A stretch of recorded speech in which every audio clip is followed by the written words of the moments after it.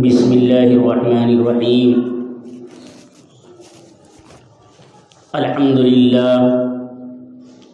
للہ رب العالمین والصلاة والسلام علی سید الانبیاء والمرسلین وعلی آلہ واصحابہ اجمعین اما بعد فقد قال اللہ عز وجل فی کتابہ الکریم فاعوذ باللہ من الشیطان الرجیم بسم اللہ الرحمن الرحیم الذین یأکلون الربا لا يقومون الا كما يقوم الذي يتخبطه الشیطان من المس ذلك بأنهم قالوا انما البيع مثل الربا وأحل الله البيع وحرم الربا صدق اللہ مولانا العظیم. وعن ابی ہریرہ رضی اللہ تعالی عنہ قال قال رسول اللہ علیہ وسلم اجتنبوا السبع الموبقات قالوا یا رسول اللہ صلی اللہ علیہ وسلم وما ہن قال الشرک باللہ والسحر وقتل النفس التي حرم الله إلا بالحق وأكل الربا وأكل مال اليتيم والتولى يوم الزحف وقذف المحصنات المؤمنات الغافلات أو كما قال عليه الصلاة والسلام رواه البخاری ومسلم. محترم بزرگوں اور دوستو، گزشتہ ہفتے اور اس سے پہلے حشر کے بارے میں، عالم برزخ اور عالم آخرت کے بارے میں بڑی تفصیل کے ساتھ باتیں سامنے آئی ہیں. آج جو بیان کیا جائے گا، چونکہ ہمارے معاشرے میں سود و بیاج کی نحوست بڑی تیزی کے ساتھ بڑھتی جا رہی ہے، اسی سلسلے میں قرآن و احادیث کی روشنی میں کچھ باتیں عرض کرنی ہیں. ہو سکتا ہے اللہ تعالی قرآن و احادیث کی ان برکت سے ہمارے ان بھائیوں کو ہدایت عطا فرما دے جو سود و بیاج کے اندر ملوث ہیں. دعا کریں کہ اللہ پاک مجھے اخلاص کے ساتھ کہنے اور جو باتیں کہی جائیں اس پر ہم سب کو عمل کرنے کی توفیق نصیب فرمائے. آمین ثم آمین. قرآن مقدس کے اندر اللہ رب العالمین نے واضح طور پر یہ اعلان کر دیا ہے، الذین یأکلون الربا لا یقومون الا کما یقوم الذی یتخبطہ الشیطان من المس. وہ لوگ جو سود و بیاج کو کھا رہے ہیں، سود و بیاج کو استعمال کر رہے ہیں، سود و بیاج کا جو کاروبار کر رہے ہیں، الذین یأکلون الربا لا یقومون، وہ کل قیامت کے دن اللہ کے دربار میں اس طریقے سے حاضر ہوں گے، ان کے ہاتھ پاؤں کام نہیں کر رہے ہوں گے. یہ قرآن کا بیان ہے. الذین یأکلون الربا لا یقومون الا کما یقوم الذی یتخبطہ الشیطان من المس. وہ اس طریقے سے اللہ کے دربار میں کھڑے ہوں گے جس طریقے سے دنیا کے اندر کسی پر شیطانی اثرات ہو جاتے ہیں اور شیطان اس کے دل و دماغ پر قبضہ کر لیتا ہے، اس پر اپنا پورا تسلط جما لیتا ہے، وہ اپنے ہوش و حواس میں نہیں رہتا. یہ قرآن بیان کر رہا ہے. الذین یأکلون الربا، وہ لوگ جو سود و بیاج کو استعمال کر رہے ہیں، لا یقومون الا کما یقوم الذی یتخبطہ الشیطان من المس. وہ اللہ کے دربار میں کھڑے نہیں ہو سکتے. ان کا قیام، ان کا کھڑا ہونا اس انداز کا ہوگا جیسے ایک پاگل انسان، ایک دیوانہ انسان کھڑا ہوتا ہے. یتخبطہ الشیطان من المس، گویا شیطان نے اس پر اپنا تسلط کر لیا ہے۔ جس طریقے سے دنیا کے اندر کسی پر شیطان اپنا اثر و رسوخ ڈال کر کے اس کے دل و دماغ کو اپنے قبضے میں کر لیتا ہے، اسی طریقے سے کل قیامت کے دن سود و بیاض کا کاروبار کرنے والے، سود و بیاض کو استعمال کرنے والے، غریبوں کا خون چوسنے والے، وہ کل قیامت کے دن اس انداز سے کھڑے ہوں گے بالکل پاگل اور مجنون اور دیوانے کی حیثیت۔ وہ اپنے ہوش و حواس میں نہیں ہوں گے، ہوش و حواس میں بالکل نہیں ہوں گے۔ آگے قرآن کہہ رہا ہے، آگے چونکہ سود و بیاض کرنے والے مختلف قسم کی تعویلیں کرتے ہیں، مختلف نام رکھ دیتے ہیں۔ ایک حدیث میں بیان کیا گیا ایک زمانہ ایسا آئے گا لوگ شراب کا نام بدل بدل کر کے استعمال کریں گے، سود کا نام بدل بدل کر کے لوگ استعمال کریں گے۔ کیا آج جس دور اور جس زمانے سے ہم اور آپ گزر رہے ہیں، کیا اس میں لوگ کہیں بینیفٹ کے نام سے، کہیں اور کسی نام سے اس کو نام بدل بدل کر کے استعمال کیا جا رہا ہے؟ تو قرآن کہہ رہا ہے الذین یأکلون الربا لا یقومون الا کما یقوم الذی یتخبطہ الشیطان من المس ذلک بانہم قالوا، یہ اس وجہ سے ہوگا، یہ اللہ کے دربار میں جو ان کی حاضری ہوگی اور اس انداز سے کہ وہ پاگل پن کی کیفیت میں ہوں گے، جس طریقے سے دنیا کے اندر کسی پر شیطان اپنا تسلط کر لیتا ہے، اس انداز سے اللہ کے دربار میں ان سود خوروں کی حاضری ہوگی۔ اور جو ہے قرآن کہہ رہا ہے کہ ان کی یہ حالت کیوں ہوگی، اس وجہ سے کہ وہ دنیا کے اندر کہا کرتے تھے انما البیع مثل الربا، کہ یہ خرید و فروخت، یہ تجارت بھی تو سود کی طرح ہے، ہم تجارت کے ذریعے سے بھی نفع کما رہے ہیں اور ہم سود کے ذریعے سے نفع کما رہے ہیں، تو یہ دونوں ایک ہی چیز ہوئی، یہ دونوں ایک چیز ہوئی۔ یہ کہتے تھے دنیا کے اندر، اس وجہ سے ان کو اللہ کے دربار میں جب حاضر کیا جائے گا تو بالکل پاگل اور مجنون اور دیوانے کی حالت میں ہوں گے۔ قرآن نے بڑی سختی کے ساتھ تنبیہ کی ہے سود خوروں کے لیے، اور جو حدیث مبارکہ کے اندر وعیدیں بیان کی گئی ہیں دل پھٹ جاتا ہے ان پر، کہ انسان کتنا بے غیرت ہو چکا ہے کہ سود و بیاض خود استعمال کر رہا ہے اور اپنی اولاد کو بھی استعمال کرا رہا ہے۔ خانہ کعبہ جیسی مقدس جگہ کو پیارے آقا صلی اللہ علیہ وسلم نے ارشاد فرمایا، کوئی انسان تصور بھی نہیں کر سکتا اس کی بے حرمتی کا۔ کوئی مسلمان ایمان والا جس کے اندر ذرہ برابر ایمان کی حرارت، ایمان کی چنگاری موجود ہوگی، خانہ کعبہ کی بے حرمتی کے بارے میں وہ تصور بھی نہیں کر سکتا، وہ سوچ بھی نہیں سکتا۔ پیارے آقا صلی اللہ علیہ وسلم نے ارشاد فرمایا، سود خانہ ایسا ہے جیسے خانہ کعبہ کے اندر 70 مرتبہ اپنی ماں سے زنا کرنا۔ دل پھٹ جاتے ہیں، کلیجے ٹکڑے ٹکڑے ہو جاتے ہیں ایسی سخت وعیدوں کو دیکھ کر کے۔ اور پھر بھی ہمارے معاشرے کے اندر آج یہ چلن، آج یہ چیز نہایت تیزی کے ساتھ بڑھتی جا رہی ہے، اور لوگ بڑے فخر کے ساتھ اس کو کر رہے ہیں، بڑے فخر کے ساتھ سود لے رہے ہیں اور سود دے رہے ہیں، اس پر فخر کر رہے ہیں۔ کل جب اللہ کے دربار میں حاضری ہوگی میرے عزیزوں، اس وقت سوچیں کیا کیفیت ہوگی، کیا حالت ہوگی۔ قرآن بیان کر رہا ہے الذین یأکلون الربا، وہ لوگ جو سود و بیاض کو استعمال کرتے ہیں، لا یقومون الا کما یقوم الذی یتخبطہ الشیطان من المس، وہ اللہ کے دربار میں کھڑے نہیں ہو سکتے مگر وہ کھڑے ہوں گے تو اس حال میں جس طریقے سے دنیا کے اندر کسی پر شیطان اپنا تسلط کر لیا ہو، اس کے دل و دماغ کو اپنے قبضے میں لے لیا ہو، اس طریقے سے پاگل پن کی حالت میں اور پاگل پن کی کیفیت میں اللہ کے دربار میں سود خور کھڑے ہوں گے۔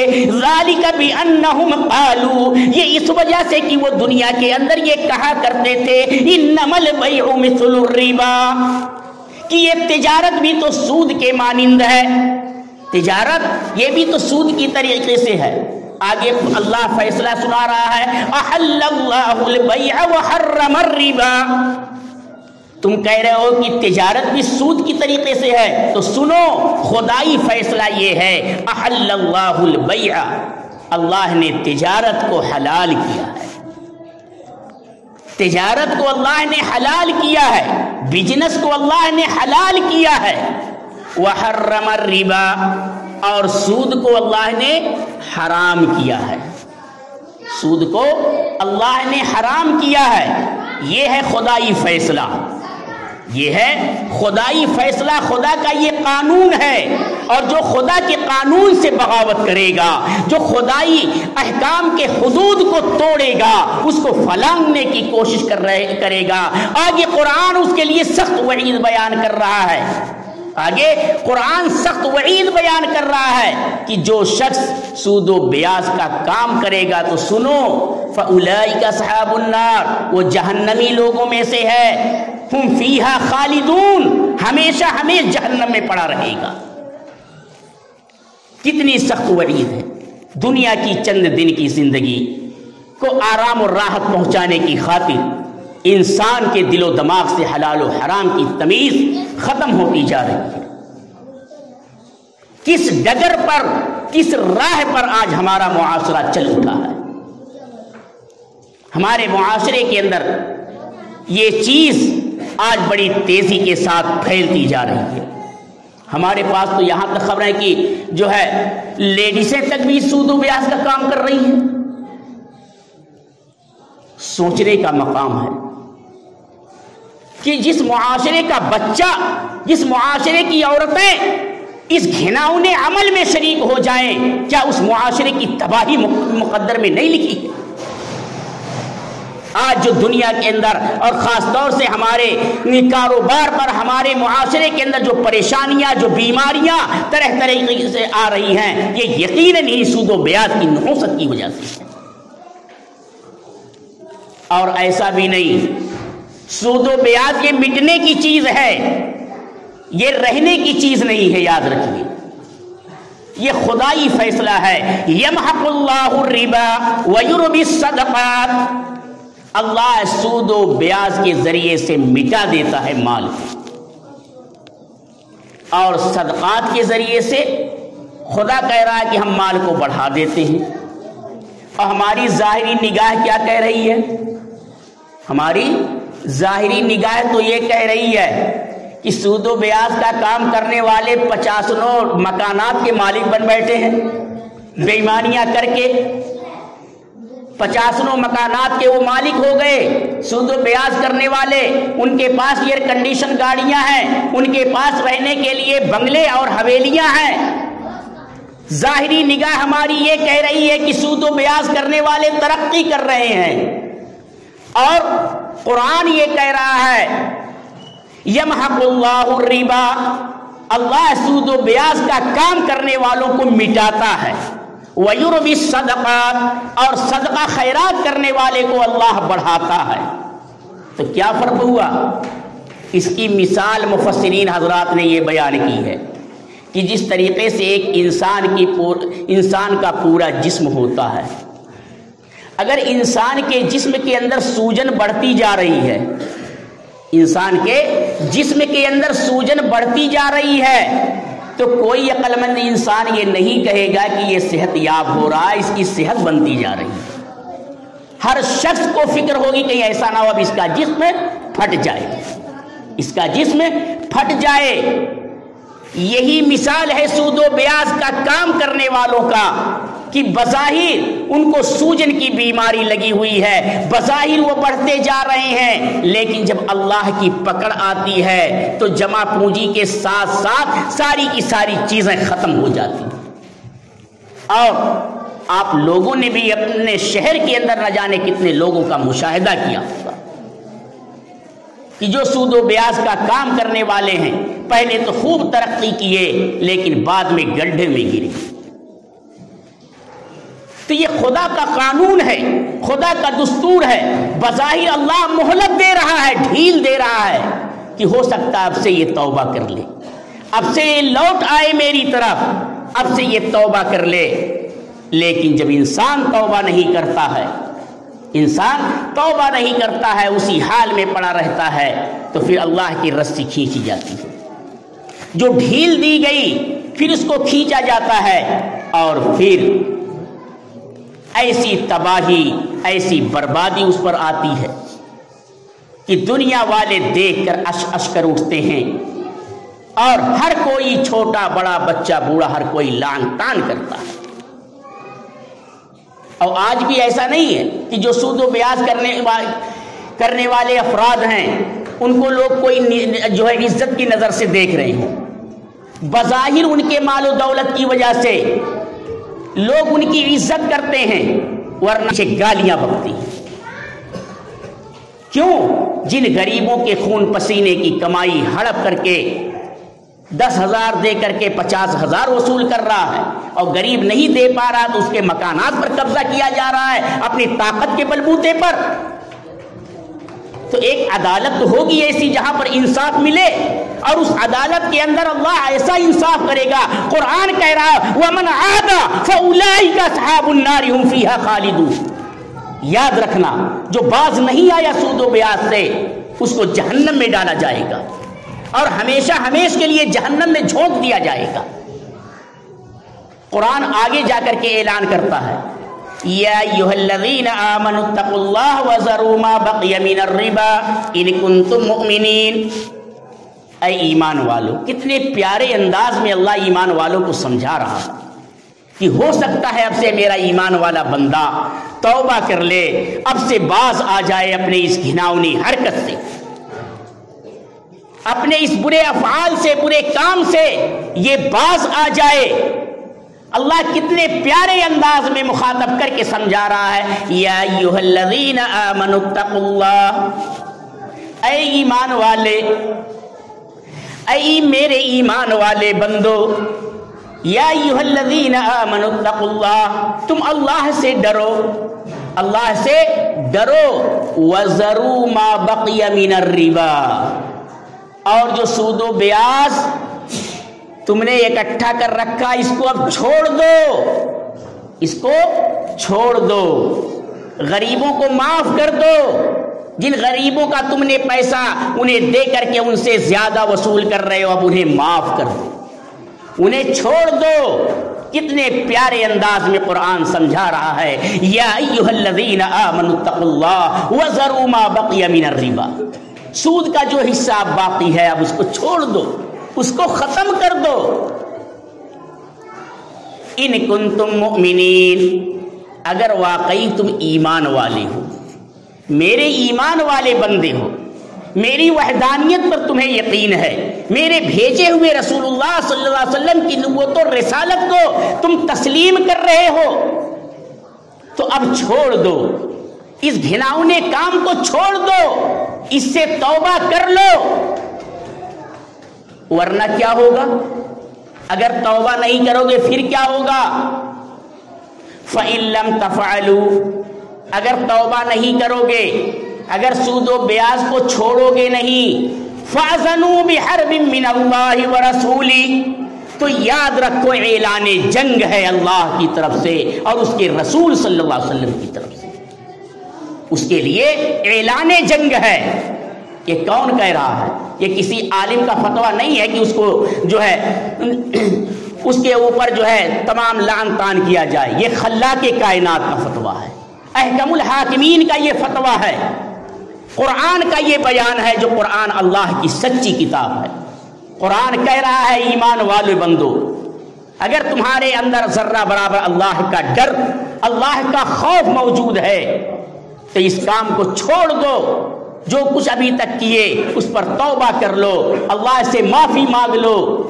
وَذَرُوا مَا بَقِيَ مِنَ الرِّبَا، سود کا جو حصہ رہ گیا اس کو معاف کر دو، ورنہ یہ زبان، جس زبان سے سود و بیاج کے پیسے استعمال کر رہے ہو، اس سے ٹھنڈے اور مشروبات اور مختلف لذیذ قسم کی چیزیں کھا رہے ہو، کل اسی زبان کو جہنمیوں کا بہتا ہوا خون اور پیپ پینا پڑے گا۔ اسی گلے سے زقوم کے درخت کا پھل گلے میں اتارنا پڑے گا، جس کی یہ کیفیت قرآن نے بیان کیا ہے کہ جو اس سے نہ پیٹ بھرے گا نہ بھوک مٹے گی، اور بلکہ وہ کانٹے دار پھل گلے کو پھاڑتا ہوا، پیٹ کو پھاڑتا ہوا نکل جائے گا، اور اس کے اوپر جب پیاس پیاس چلائے گا تو اس کو پینے کے لیے جہنمیوں کا کھولتا ہوا خون اور پیپ کا پانی دیا جائے گا۔ 50 60 70 80 90 100 سال کی زندگی کو آرام و راحت پہنچانے کی خاطر انسان کدھر جا رہا ہے؟ ہمیشہ ہمیش کی جہنم مول لے رہا ہے، ہمیشہ ہمیش خون اور پیپ پینے کا سودا کر رہا ہے۔ قرآن کہہ رہا ہے یا ایھا الذین آمنوا اتقوا اللہ، اے ایمان والو تم اللہ سے ڈرو۔ اگر تمہارے اندر اللہ کا خوف ہے، اگر تم اللہ پر ایمان رکھنے والے ہو، اگر تم اللہ کو ماننے والے ہو، رسول اللہ صلی اللہ علیہ وسلم کی نبوت اور رسالت کو تسلیم کرنے والے ہو، وَذَرُوا مَا بَقِيَ مِنَ الرِّبَا، تو سود کا بقیہ حصہ چھوڑ دو، سود کا بقیہ حصہ چھوڑ دو۔ ان کنتم مؤمنین، اگر تم ایمان والے ہو، فَإِن لَّمْ تَفْعَلُوا، اگر تم ایسا نہیں کرو گے، اگر سود و بیاج کو نہیں چھوڑو گے، غریبوں کے خون پسینے کی کمائی کو ہڑپ کر کے ان کے مکانات پر ناجائز قبضہ کرتے رہو گے، فَإِن لَّمْ تَفْعَلُوا، اگر تم ایسا کرتے رہو گے، فَأَذَنُوا بِحَرْبٍ مِّنَ اللَّهِ وَرَسُولِهِ، تو سن لو اللہ کی طرف سے اور اس کے پیارے رسول صلی اللہ علیہ وسلم کی طرف سے سود خوروں کے لیے اعلان جنگ ہے، سود خوروں کے لیے اعلان جنگ ہے۔ یہ خدائی فیصلہ ہے، یہ فیصلہ ٹل نہیں سکتا، یہ فیصلہ ٹل نہیں سکتا۔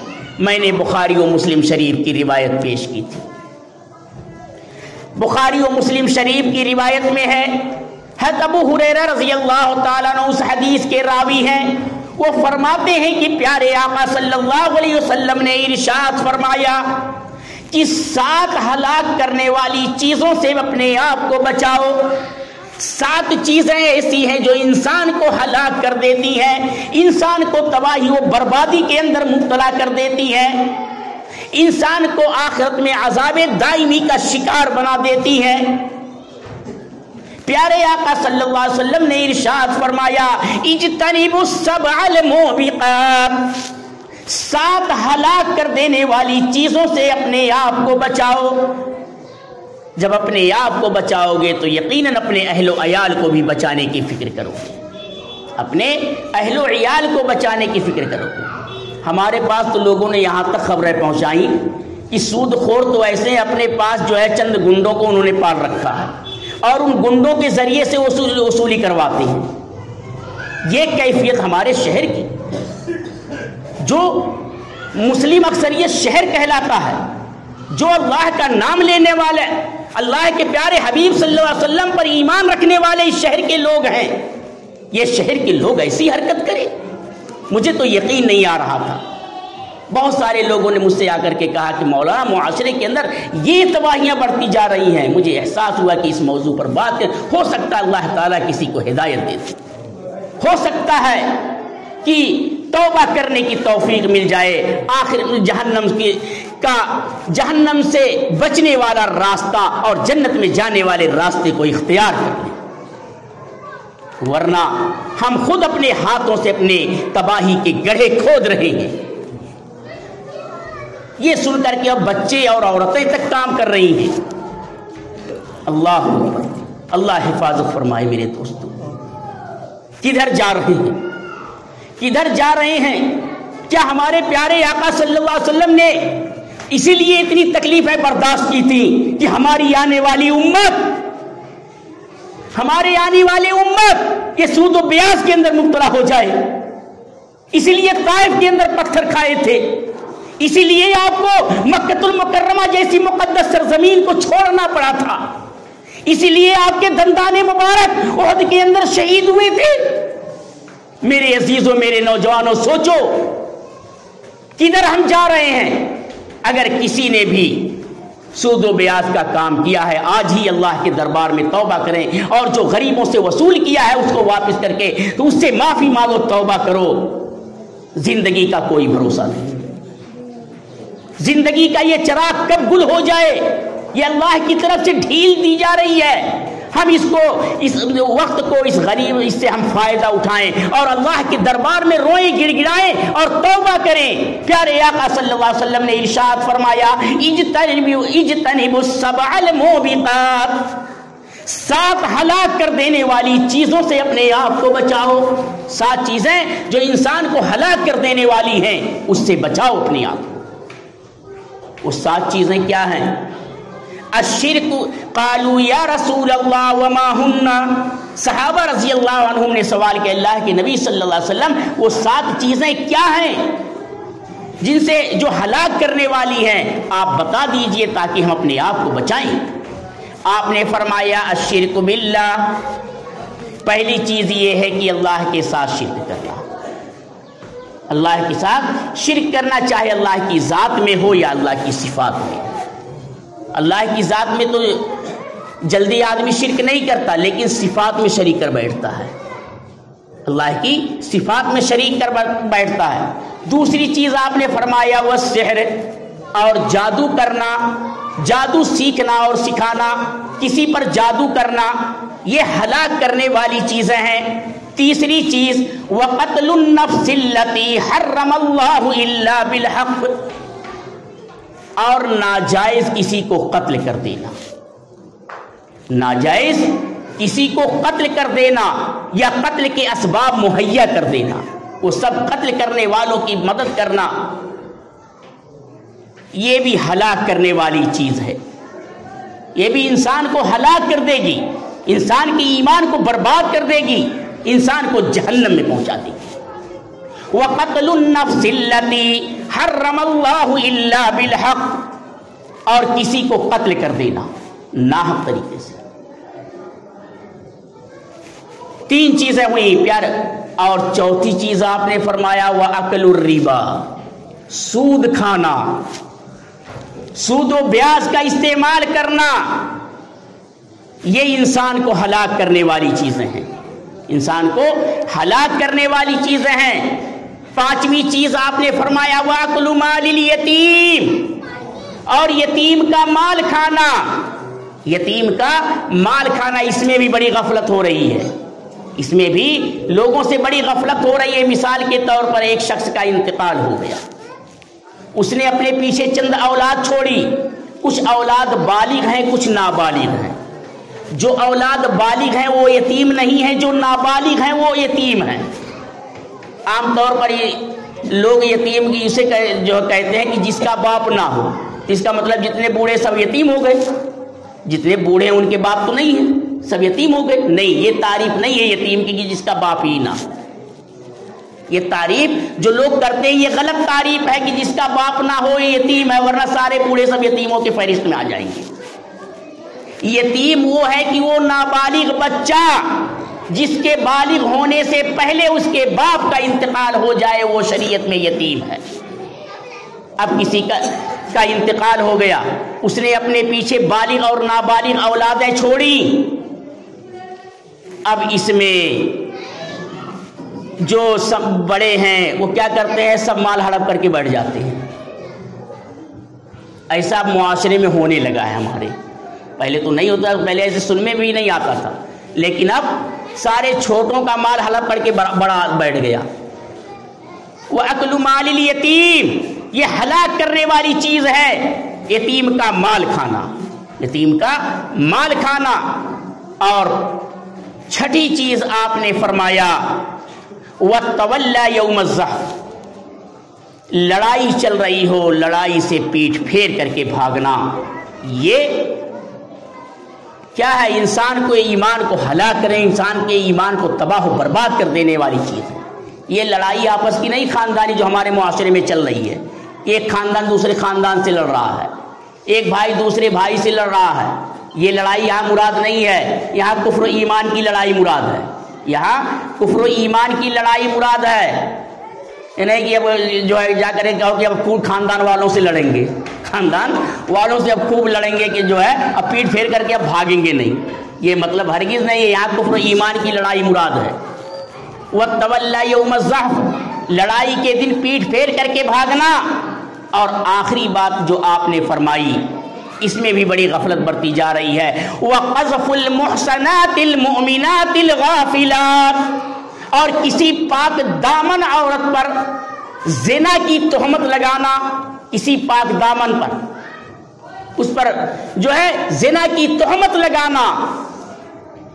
آج ہماری زبانیں اتنی بے لگام ہو گئی ہیں، ہر کسی کے بارے میں جو چاہتے ہیں کہہ دیتی، یہ انسان کو ہلاک کرنے والی چیزیں ہیں۔ باقی تفصیلات اور اس کی سود و بیاض کی وعید ہے انشاءاللہ آئندہ ہفتے اور قرآن و احادیث کی روشنی میں تفصیل کے ساتھ سامنے آئیں گی۔ اللہ پاک سے دعا ہے کہ اللہ پاک ہم سب کو اس ہلاک کرنے والی ان ہلاک